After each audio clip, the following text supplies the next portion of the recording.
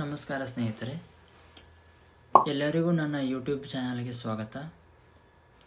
ನೀವೆಲ್ಲರೂ ಈಗಾಗಲೇ ತಿಳಿದಿರುವಂತೆ ಏಮ್ಸ್ ನಾರ್ಸೆಟ್ 10 ಪರೀಕ್ಷೆ ನರ್ಸಿಂಗ್ ಆಕಾಂಕ್ಷಿಗಳಿಗೆ ಒಂದು ದೊಡ್ಡ ಕನಸು.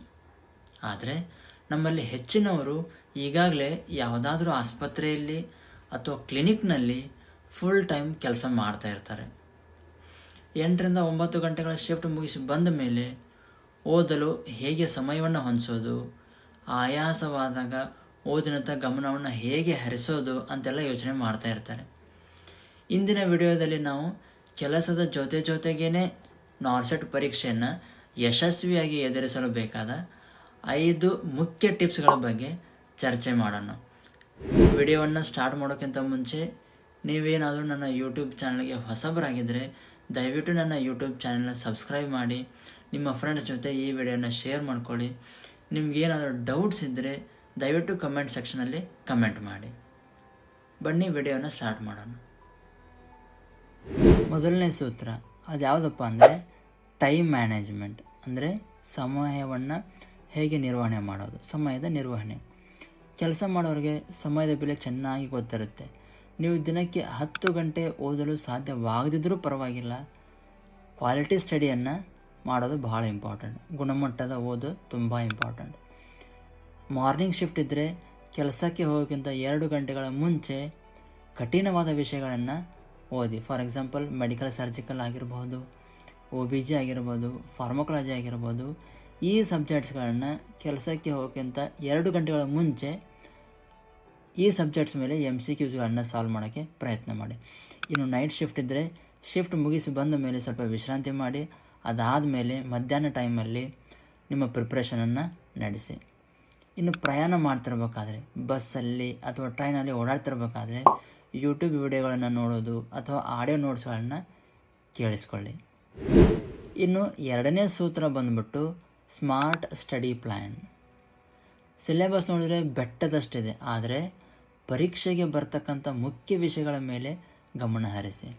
ಹೈ ಈಲ್ಡ್ ಟಾಪಿಕ್ಸ್ ಅಂತ ಹೇಳ್ತೀವಿ. ಫಾರ್ಮಕಾಲಜಿ ಆಗಿರ್ಬೋದು, FON ಫೌಂಡೇಶನ್ಸ್ ಆಫ್ ನರ್ಸಿಂಗ್ ಆಗಿರ್ಬೋದು, ಅಥವಾ ಫಂಡಮೆಂಟಲ್ಸ್ ಆಫ್ ನರ್ಸಿಂಗ್ ಆಗಿರ್ಬೋದು, OBG ಆಗಿರ್ಬೋದು. ಇಂತಹ ವಿಷಯಗಳಿಗೆ ಹೆಚ್ಚಿನ ಆದ್ಯತೆಯನ್ನು ನೀಡಿ. ಇನ್ನು ನಾರ್ಸೆಟ್ಟಲ್ಲಿ ಇಮೇಜ್ ಬೇಸ್ಡ್ ಕ್ವಶನ್ಸನ್ನು ಕೇಳ್ತಾ ಇರ್ತಾರೆ. ನಿಮಗೆ ಕೆಲಸದ ನಡುವೆ ಸಿಗ್ತಕ್ಕಂಥ ಸಣ್ಣ ವಿರಾಮದಲ್ಲಿ ಆಸ್ಪತ್ರೆಯಲ್ಲಿ ಬಳಸ್ತಕ್ಕಂಥ ಉಪಕರಣಗಳನ್ನು ಅಂದರೆ ಇನ್ಸ್ಟ್ರೂಮೆಂಟ್ಸ್ಗಳನ್ನ ಗಮನಿಸ್ತಾ ಇರಿ. ಪ್ರಾಕ್ಟಿಕಲ್ ನಾಲೆಜ್ಗೋಸ್ಕರ ಇದು ತುಂಬ ಹೆಲ್ಪ್ ಆಗುತ್ತೆ. ಇನ್ನು 3ನೇ ಸೂತ್ರ ಬಂದ್ಬಿಟ್ಟು ವೀಕೆಂಡ್ ಯುಟಿಲೈಸೇಷನ್, ವಾರಾಂತ್ಯವನ್ನು ಸದುಪಯೋಗ ಪಡಿಸ್ಕೊಳ್ಳೋದು. ನಿಮಗೆ ವಾರದಲ್ಲಿ ಒಂದು ಡೇ ಆಫ್ ಸಿಗುತ್ತೆ.